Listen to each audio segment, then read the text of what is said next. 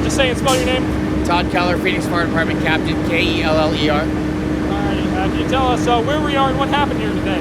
Yeah, so right now we're near Cape and Bell Road, a little bit before 8:30 a.m. this morning. Crews were dispatched with reports of a structure fire. They arrived on the scene and found a mechanic shop with flames coming from the roof. And as we were talking about earlier, these buildings are not connected at this time. Is that obvious of anything at this time?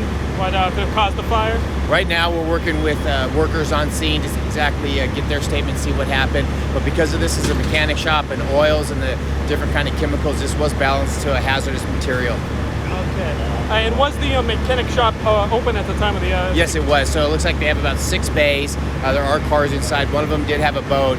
Right now we're putting extinguishing all remaining hotspots. Okay. And no injuries from any occupants? No injuries reported. All right. And this area is kind of prone to structure fires as of late. Is that kind of indicative of the structure types in this area? Is that kind of indicative of that, or is this just a kind of a typical hotspot area? This is just a high commercial area. As you know, all along Cape Road, you have dealerships and mechanic shop. So right now, as we are dealing with a mechanic shop fire, so this is going to be a commercial unit. Anything else? That's it. Thank you so much. All right, bye.